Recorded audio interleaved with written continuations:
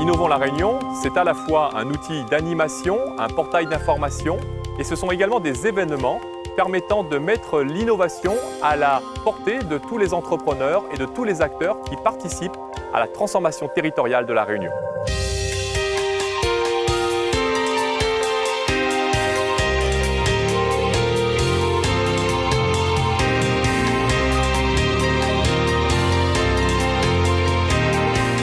L'objectif des Semaines de l'innovation, c'est d'introduire de nouvelles idées, des nouvelles manières de voir le monde, de nouveaux outils également, pour permettre au grand public comme aux chefs d'entreprise de s'adapter à un monde qui est en mouvement et d'innover.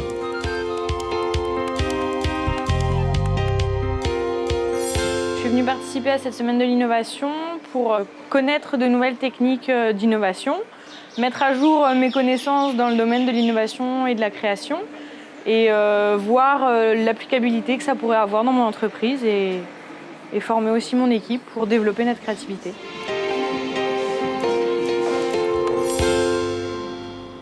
Le premier atelier va être sur la méthode de créativité ASIT. C'est une méthode que les gens apprennent en une demi-journée. Et dans cette même demi-journée, on a des sous-groupes qui vont, sur des thématiques apportées par les stagiaires, travailler directement sur les sujets de l'île. C'est qu'on n'est pas sur la théorie. On apprend la méthode sous son aspect théorique et immédiatement après, on l'applique à des exemples qui viennent des participants. Le soir de cette même journée, on va même présenter à tous les participants les sujets sous une forme assez innovante même de restitution d'idées, puisque avoir une idée c'est important, savoir la restituer, savoir la vendre, c'est encore plus important parfois.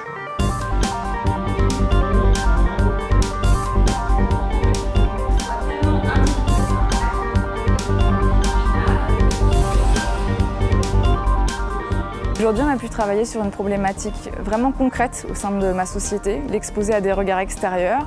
Et avec une méthode finalement très simple qu'on a pu apprendre en quelques heures, on a pu trouver des solutions concrètes, innovantes et différentes de ceux auxquels on a pu penser en interne pour résoudre des problèmes concrets de la société.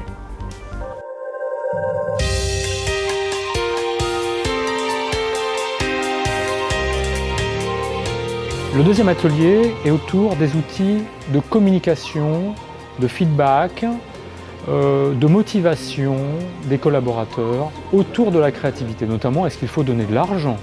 Est-ce qu'il faut, parce que c'est tabou l'argent, est-ce qu'il faut, est-ce qu'il ne faut pas? Et s'il ne faut pas, pourquoi? Et quels sont les autres leviers?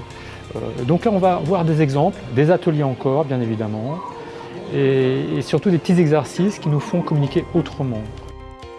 Que ce soit la communication non violente, tout ce genre de choses qu'on connaît très bien, qui sont très efficaces, mais qu'on ne pense pas toujours à appliquer, et surtout pas dans le sens de plus de créativité.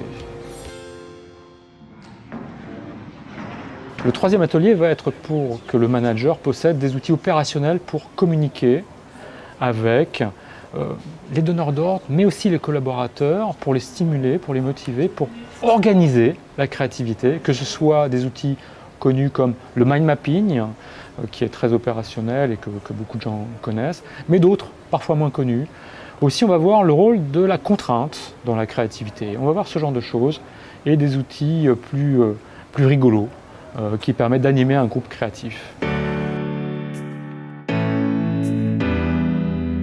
Le dernier atelier va parler d'un des problèmes majeurs aujourd'hui dans l'innovation, c'est que les gens ne savent pas gérer un projet innovant. La plupart du temps, les projets dits en cascade ou modèle en V ou traditionnel, gestion traditionnelle de projet, qui est excellente en projet traditionnel, ne s'applique pas du tout aux projets innovants qui par essence ne sont pas prévisibles. Donc on ne peut pas les gérer de la même façon avec « je prévois tout et après je déroule seulement ». Et ça, cette gestion agile que nous avons Solid Creativity adaptée au monde hors informatique est un apport primordial et on est content de partager ça avec les entrepreneurs réunionnais.